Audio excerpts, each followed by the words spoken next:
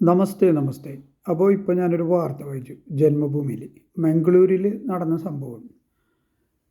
മംഗളൂർ ഒരു ക്രിക്കറ്റ് കളി നടക്കുന്നതിൻ്റെ ഇടയിൽ നമ്മുടെ നാട്ടിൽ നിന്ന് ഒരാൾ, വയനാട്ടിൽ നിന്ന്, അഷറഫ് എന്നാണ് പേര്, 38 വയസ്സ്. അയാൾ പാകിസ്ഥാൻ സിന്ദാബാദ് എന്ന് പറഞ്ഞ് ഉറക്കെ വിളിച്ച്. അപ്പോൾ അവിടെ കൂടിയിരുന്ന ആൾക്കാർ അയാളെ തല്ലിക്കൊന്നു, തച്ചു കൊന്നെന്ന് പറയില്ലേ. തല്ലി തല്ലി തല്ലി അയാളുടെ ആന്തരിക അവയവങ്ങളൊക്കെ രക്തസ്രാവമൊക്കെ ഉണ്ടായി അയാൾ മരിച്ചു. അപ്പോൾ ഇപ്പോൾ നോക്കൂ, ഇപ്പോൾ പാകിസ്ഥാനിലെ ഒരു ഹിന്ദുസ്ഥാൻ ജിന്ദാബാദ് എന്ന് പറഞ്ഞാലും അയാളെ തല്ലിക്കൊല്ലും. മനുഷ്യജീവൻ എടുക്കാൻ ഇന്ന് വളരെ നിസ്സാര കാര്യം മതിയല്ലേ ഭായി. അതായത് മനുഷ്യജീവനാണ് ഏറ്റവും ഇന്നത്തെ സാഹചര്യത്തിൽ ഈ ലോകത്തിലെ ഏറ്റവും വില കുറഞ്ഞ സാധനം എന്താണെന്ന് വെച്ചാൽ മനുഷ്യജീവനാണ്. മനുഷ്യജീവന് പുല്ല് വിലയാണുള്ളത്. സത്യം പറഞ്ഞാൽ മനുഷ്യജീവനോളം വിലപിടിപ്പുള്ളൊരു വസ്തു, ഒരു സംഗതി വേറെയില്ല. ഏറ്റവും പ്രഷ്യസ് ആയിട്ടുള്ള സാധനം എന്താണെന്ന് വെച്ചാൽ മനുഷ്യജീവനാണ്. നമുക്കറിയാമല്ലോ, നമ്മുടെ ബന്ധുജനങ്ങളൊക്കെ എത്രയോ പേര് മരിച്ചു പോയിട്ടുണ്ട്. അല്ലെ, സുഹൃത്തുക്കൾ, അച്ഛൻ മരിച്ച ആൾക്കാരുണ്ട്, അമ്മ മരിച്ച ആൾക്കാരുണ്ട്, സഹോദരങ്ങൾ മരിച്ച ആൾക്കാരുണ്ട്. അവരൊക്കെ ഇന്നും ജീവനോട് ഉണ്ടായിരുന്നിരുന്നെങ്കിൽ എന്ന് ആഗ്രഹിക്കാത്ത ഒരു ദിവസമെങ്കിലും നമ്മുടെ ജീവിതത്തിൽ കടന്നു പോകും. അപ്പോൾ ജീവനാണ് ഏറ്റവും വലിയ വില. പക്ഷേ ഇന്നത്തെ ഈ മതവർഗീയത എന്ന് പറഞ്ഞാൽ ഭയങ്കര പ്രശ്നമാണ് പോയി. ഓരോരുത്തരുടെ മനസ്സിൽ കിടക്കണതാണ്. അവിടെ നിന്ന് തുർക്കികൾ വന്ന്, മുസ്ലിങ്ങൾ വന്ന്, മുഗളന്മാർ വന്ന്, ഇവിടെ കുറേ ഹിന്ദുക്കളൊക്കെ വന്ന്, കുറേ ഹിന്ദു സ്ത്രീകളെ ബലാത്സംഗം ചെയ്ത്, ഇതൊക്കെ മനസ്സിൽ കിടക്കണേ. പോരാത്തതിന് സിനിമകളിലൂടെ അതൊക്കെ ഓർമ്മകൾ വീണ്ടും വീണ്ടും അത് മായാതെ അത് കാത്തു സൂക്ഷിക്കുന്നുണ്ട്. ഇപ്പം എത്ര സിനിമകളായി അങ്ങനെ വരുന്നത്, മനസ്സിലായോ? നമുക്ക് എന്താ വേണ്ടത്? സമാധാനമല്ലേ വേണ്ടത്, അല്ലേ?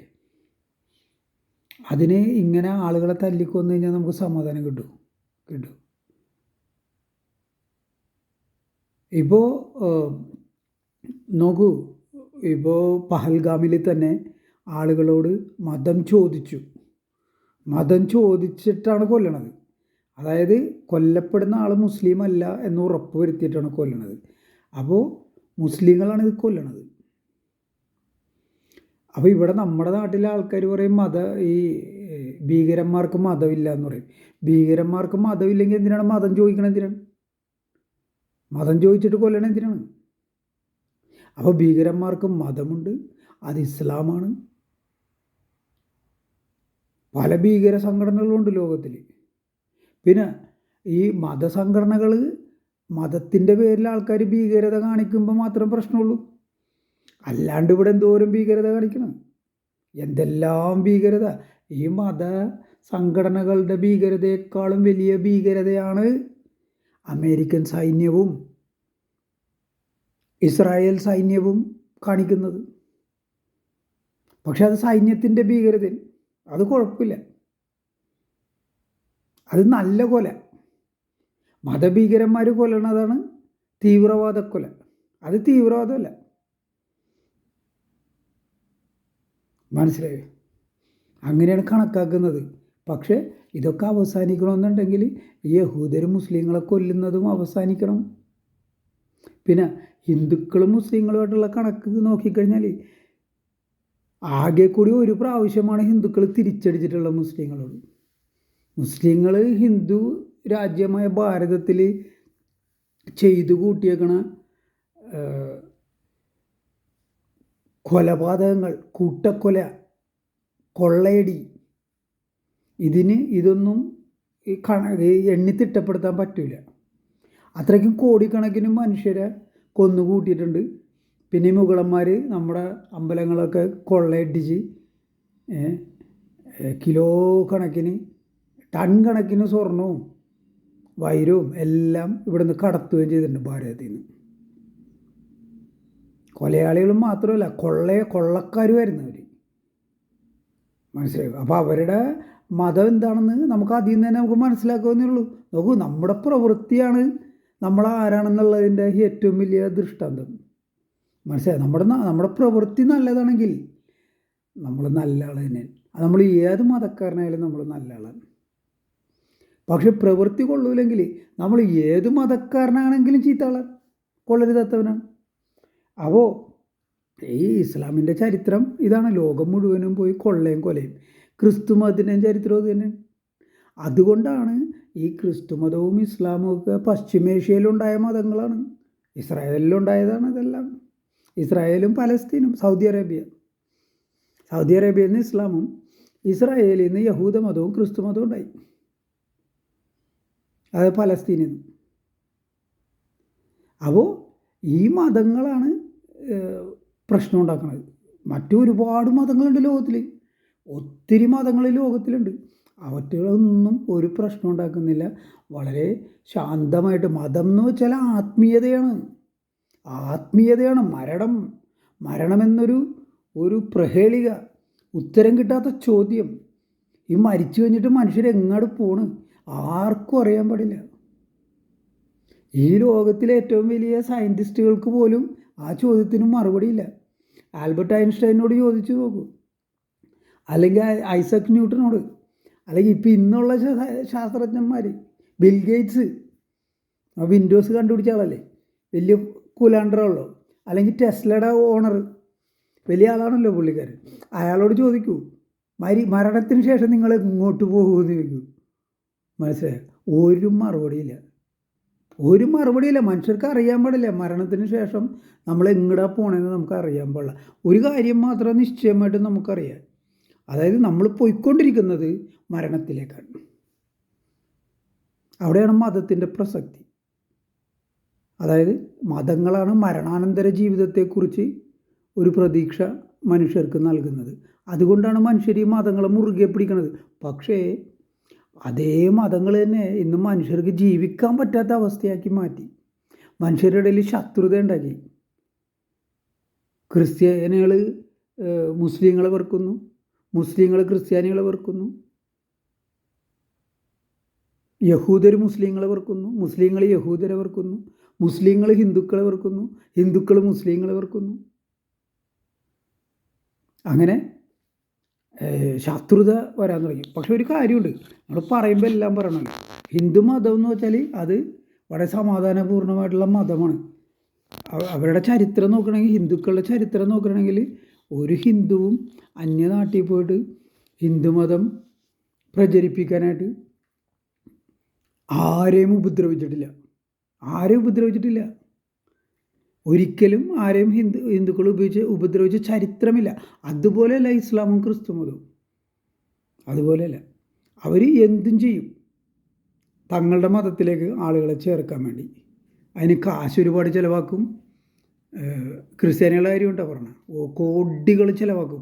അതിന് ഇവിടെ നിന്നൊക്കെ ഒരുപാട് കാശ് നാട്ടിലോട്ട് വരുന്നുണ്ട്.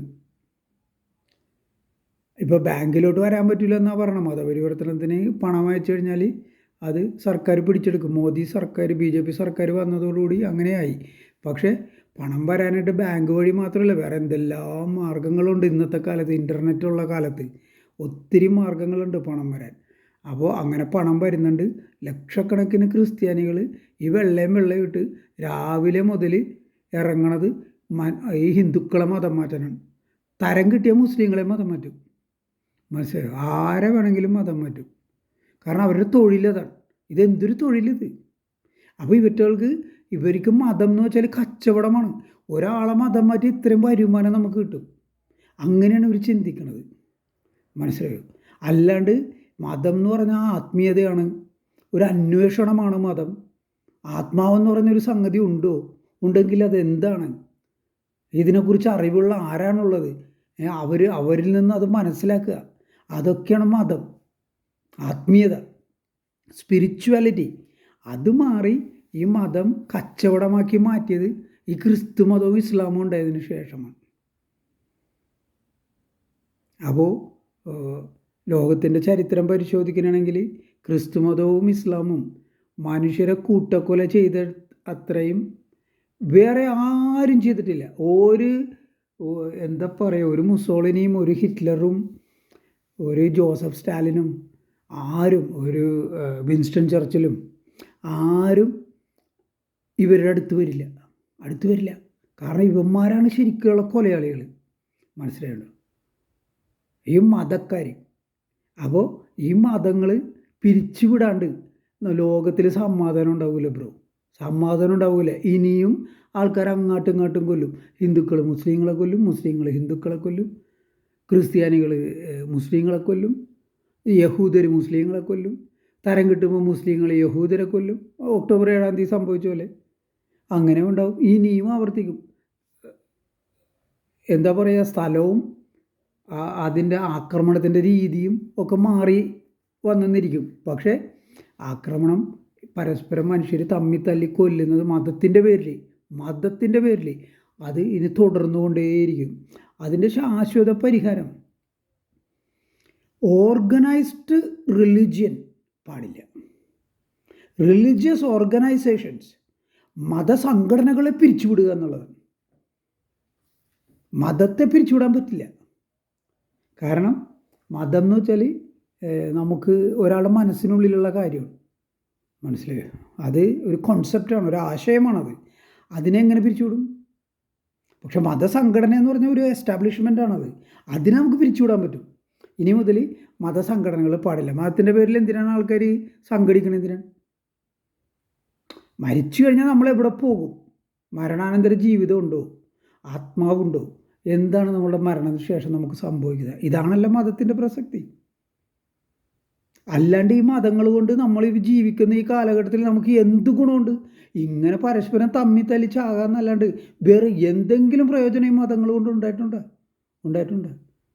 അവർ ചിലപ്പോൾ ചില ആൾക്കാരേക്കും നമുക്ക് വിവാഹം കഴിക്കണമെങ്കിൽ മതപരമായ ചടങ്ങല്ലേ വിവാഹം. ഇത് രജിസ്റ്റർ മാരേജ് ചെയ്താൽ വിവാഹം നടക്കൂലേ? രജിസ്റ്റർ മാരേജ് ചെയ്താലും വിവാഹം നടക്കും. മനസ്സിലായോ? വിവാഹം എന്ന് വെച്ചാൽ രണ്ട് മനസ്സിൻ്റെ കൂടിച്ചേരലാണ്, പൊരുത്തമാണത്. അല്ലാണ്ട് ഒരു അമ്പലത്തിൽ പോയി മാലയിടണമെന്നോ അല്ലെങ്കിൽ ഉസ്താദിനെ കൊണ്ടുവന്നിട്ട് നിക്കാഹ് നടത്തണമെന്നോ അങ്ങനെയൊന്നുമില്ല. പ്രത്യേകിച്ച് ഇങ്ങനത്തെ ഒരു സാഹചര്യമായതുകൊണ്ടാണ് ഞാൻ പറയണത്. മനസ്സിലായോ? അപ്പോൾ മതസംഘടനകൾ ഇതിനൊക്കെ വേണ്ടിയിട്ടുള്ള അതൊക്കെ പിരിച്ചുവിടുക. മതസംഘടനകൾ നമുക്ക് വേണ്ട. മതസംഘടനകളെ കൊണ്ട് നമുക്കൊരു കാര്യം അതുകൊണ്ട് നമുക്ക് ഗുണത്തേക്കാളേറെ ദോഷമാണുള്ളതെങ്കിൽ ആ കാര്യം നമ്മൾ ഉപേക്ഷിക്കുക. അതല്ലേ ശരി. അപ്പോൾ ഇതൊക്കെ കാണുമ്പോൾ നമുക്ക് ഭയങ്കര ദുഃഖമുണ്ട്. അതുകൊണ്ടാണ് നമ്മൾ ഇപ്പോൾ ലൈവിൽ വന്ന് ഇത്തിരി നേരം സംസാരിച്ചത്. ഓക്കെ, എൻ്റെ ഫാദർ, എൻ്റെ ഗുരുനാഥൻ എപ്പോഴും പറഞ്ഞിരുന്നൊരു കാര്യമാണിത്. ഓർഗനൈസ്ഡ് റിലിജിയൻ അതാണ് പ്രശ്നം എന്ന് പറഞ്ഞത്. അത് അദ്ദേഹം കണ്ടെത്തിയത്, പലരും കണ്ടെത്തിയിട്ടുണ്ട്, അദ്ദേഹം മാത്രമല്ല. സത്യമാണ്. മതപരമായിട്ട് നമ്മൾ സംഘടിക്കേണ്ട ആവശ്യമില്ല. മതപരമായിട്ട് സംഘടിച്ചു കഴിഞ്ഞാൽ നമ്മൾ തമ്മിൽ തല്ലേണ്ട അവസ്ഥ വരും. മനസ്സിലായോ? അതാണ് അതിൻ്റെ ഒരു കുഴപ്പം. പണ്ട് ഞങ്ങളുടെ കുട്ടിക്കാലത്ത് 80s കാര്യമായിട്ടാണ് പറയണം. 80s 40 വർഷം മുമ്പുള്ള കഥയാണ്. നമ്മളവിടെ പെരേഡ് മൈതാനത്ത് ഫോർട്ട് കൊച്ചിയിൽ ഫുട്ബോൾ കളിക്കും, ക്രിക്കറ്റ് കളിക്കും. അവിടെ ക്രിസ്ത്യാനികളുണ്ട്, മുസ്ലിങ്ങളുണ്ട്. ആരും മതവും ചോദിക്കലും ഒരു മാങ്ങാത്തലും ചോദിക്കില്ല. ഒരു കുഴപ്പമുണ്ടായിരുന്നില്ല. പക്ഷേ ഇന്നത്തെ സ്ഥിതി അങ്ങനെയല്ല. ഇന്നും മതം മനുഷ്യനെ തലക്ക് പിടിച്ചിരിക്കണ മതം ഭയങ്കര പ്രശ്നമാണത്.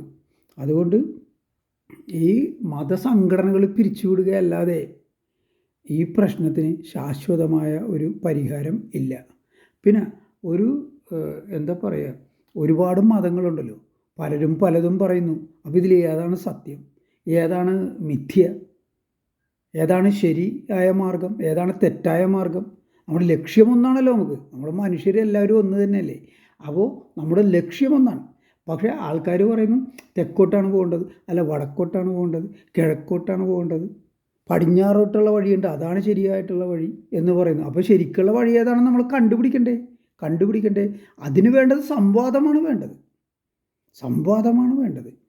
അത് മതം അറിയാവുന്ന ആൾക്കാർ, മതഗ്രന്ഥങ്ങൾ പഠിച്ചിട്ടുള്ള ആളുകൾ സംവാദത്തിന് വന്ന് തങ്ങളുടെ മതം അത് സംവാദത്തിലൂടെ അതും ആളുകളെ മനസ്സിലാക്കി ധരിപ്പിക്കുക. എന്നിട്ട് ആളുകൾ തീരുമാനിക്കണം ഏതാണ് ശരി ഏതാണ് തെറ്റെന്ന്. എന്നിട്ട് അത് പിന്തുടരട്ടെ. ഒരു കുഴപ്പമില്ലല്ലോ, ഒരു കുഴപ്പമില്ലല്ലോ. ഏത് മതത്തിൻ്റെ അനുയായിയാണോ യുക്തിസഹമായിട്ട് സംസാരിക്കുന്നത് അത് സ്വീകരിക്കുക. യുക്തിരഹിതമായിട്ട് സംസാരിക്കുന്ന ആൾ അവൻ പറയുന്നത് അതിന് വിശ്വാസയോഗ്യതയില്ല. അത്തരം ആളുകൾ പറയുന്നത് ഒരു കാതി കൂടി കേട്ട് മറ്റേ കാതി കൂടി അങ്ങോട്ട് വിടുക. അപ്പോൾ അതാണ് സംഭവം. അപ്പോൾ മതസംഘടനകൾ നിരോധിക്കുക. ഏതാണ് ശരിയായ മതം? ഇപ്പോൾ ക്രിസ്തുമതം മാത്രമാണ് ശരിയെന്ന് ക്രിസ്ത്യാനികളും ഇസ്ലാം മാത്രമാണ് ശരിയെന്ന് മുസ്ലിങ്ങളും പറയുന്നുണ്ടല്ലോ. ഹിന്ദുമതം മാത്രമാണ് ശരിയെന്ന് ഹിന്ദുക്കൾ ഇതുവരെ പറഞ്ഞിട്ടില്ല. സർവമത സമഭാവന എന്നാണ് പറഞ്ഞിട്ടുള്ളത്. എല്ലാ മതങ്ങളെയും ഒരുപോലെ കാണുക. അപ്പോൾ അതിൽ നിന്ന് തന്നെ നമുക്ക് മനസ്സിലാക്കാം ഏത് മതമാണ് ശരിയെന്ന്. കാരണം ഞാൻ മാത്രമാണ് ശരിയെന്ന് പറയണവൻ അഹങ്കാരിയല്ലേ? അല്ലേ? നീ തെറ്റാണ്, ഞാൻ മാത്രമാണ് ശരി എന്ന് പറയുന്നത് തന്നെ തെറ്റല്ലേ? അങ്ങനെ പറയാവോ? അതൊരു നല്ലൊരു കാര്യമല്ലല്ലോ, കേൾക്കാൻ തന്നെ ഒരു സുഖമില്ലല്ലോ അങ്ങനെ പറയുമ്പോൾ. അപ്പോൾ മത സംവാദമാണ് വേണ്ടത്. അതിലൂടെയാണ് ജനങ്ങൾ ലോകം തിരിച്ചറിയേണ്ടത് ഏത് മതമാണ്, ഏത് മതം പിന്തുടരുന്നതാണ് നമുക്ക് നല്ലത്. ഹിന്ദുമതത്തിന് സംഘടനകളൊന്നും ഉണ്ടായിരുന്നില്ല. ഒരു ഇപ്പോഴാണ് ഈ മുസ്ലിങ്ങളും ക്രിസ്ത്യാനികളും ഈ മുഗളന്മാരും വെള്ളക്കാരും ഒക്കെ വന്ന് കൊള്ളയും കൊലയും ബലാത്സംഗവും ചെയ്ത് സഹികെട്ടിട്ടാണ് ഹിന്ദുക്കൾ സംഘടിച്ചത്. അത് ഈ അടുത്ത കാലത്താണ് വിശ്വ ഹിന്ദു പരിഷത്ത് എന്ന് പറയുന്നത്. എത്ര കാലമായിട്ടുണ്ട്? അല്ലെങ്കിൽ RSS എത്ര കാലമായി? 1925 RSS. അതിനു മുമ്പ് ഹിന്ദുവിനൊരു സംഘടനയില്ല. പിന്നെ RSS ഹിന്ദുവിൻ്റെ സംഘടനയാണെന്ന് പറയുന്നില്ല, മനസ്സിലായോ? പക്ഷെ അത് തന്നെയാണ് ഹിന്ദുവിൻ്റെ സംഘടന. അത് വേറെ കാര്യം. ഓക്കെ, അപ്പം നിർത്തട്ടെ. 17 മിനിറ്റായി. നന്ദി, നമസ്തേ, ഹർ ഹർ മഹാദേവ്, ജയ് ശ്രീറാം.